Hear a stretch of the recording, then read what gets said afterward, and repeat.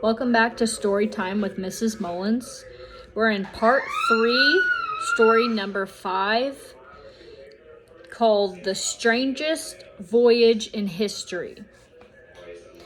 Caught up on the raging waters, the ark was swept forward by fierce tides and howling gales on the strangest voyage in history.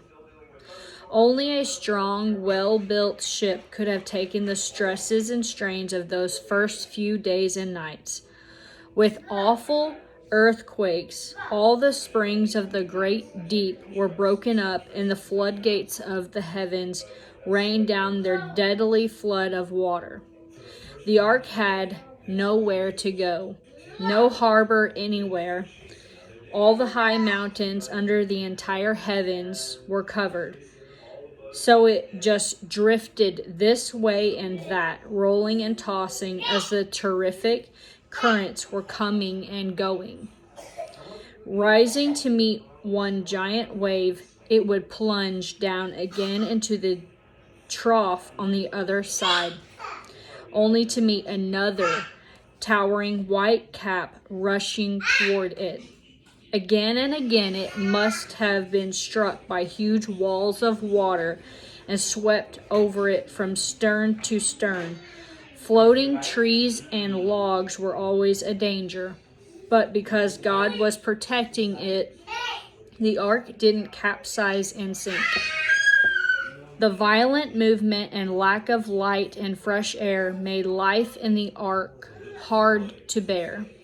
Worst of all, Noah and his family couldn't help wondering how it would all end. Big as the ark was, Noah and his family were the only human passengers. The boat had room for hundreds more, but no one else chose to come aboard. Now all those who had refused to come were drowned. Everybody. Men and women, boys and girls, the old world had completely disappeared beneath billions of tons of water. Every living thing that moved on the earth perished. Men and animals and the creatures that moved along the ground, and the birds of the air were wiped from the earth. Only Noah was left and those with him in the ark. How God must have watched over the ark through this whole fearful experience. Did you ever stop to think how much it meant to him? All his hopes and plans for the world depended on that handful of people inside. His promises could come true only through them. Only through somebody in that storm-tossed ship could Eve's offspring ever crush the snake's head. How Satan must have tried to sink the ark in the terrible storm. If the ark had been lost, God's plan would have failed. But the ark did not sink. Under God's care, it rode out the storm. But God remembered Noah and all the wild animals and livestock that were with him in the ark. And the rain had stopped falling from the sky. The ark came to rest on the mountains of Ararat. Yet even after the ark had touched ground, Noah and his family couldn't see any land, only water. Water everywhere. When Noah noticed the increasing stillness, that the big waves were no longer hitting the sides of the ark, he knew that the worst of the flood was over and that the water was going down.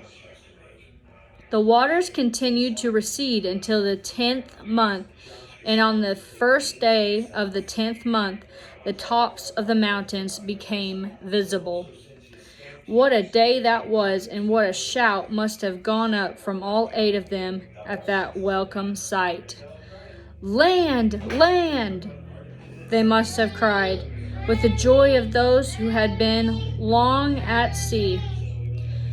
Now Noah opened the window he had made in the ark and let out 2 birds, first a raven, then a dove. The raven flew off happily, but the dove returned. Noah decided to wait a week and see how far the water would go down by then. At the end of the week, he let the dove go again. This time it came back with an olive leaf in its beak. Everyone was cheering at this, for it showed that the waters were still going down. Noah waited another week and sent the dove out once more. This time it did not come back, and Noah felt sure the land was drying up. So he removed the covering from the ark and saw that the surface of the ground was dry. The rain had stopped, and the sun was breaking through the clouds. The flood was over. The strangest voyage in history had ended in the strangest way you could imagine. The ark was resting on a mountain top in Asia Minor. That's the end of this story. Guys, there's a lot of storms happening around us where we live, and it just so happens that there's a lot of flooding going on where we live. And I pray that if any storm is happening around you, like, comment below so that I can directly pray for you and your family. Blaine. I would love to do that for you. Also, if you have any other prayer requests, please comment them and like and subscribe to our channel so that I can do that for you, pray for you if you have any needs. Bless you and thank you for watching. You have a wonderful night and be safe.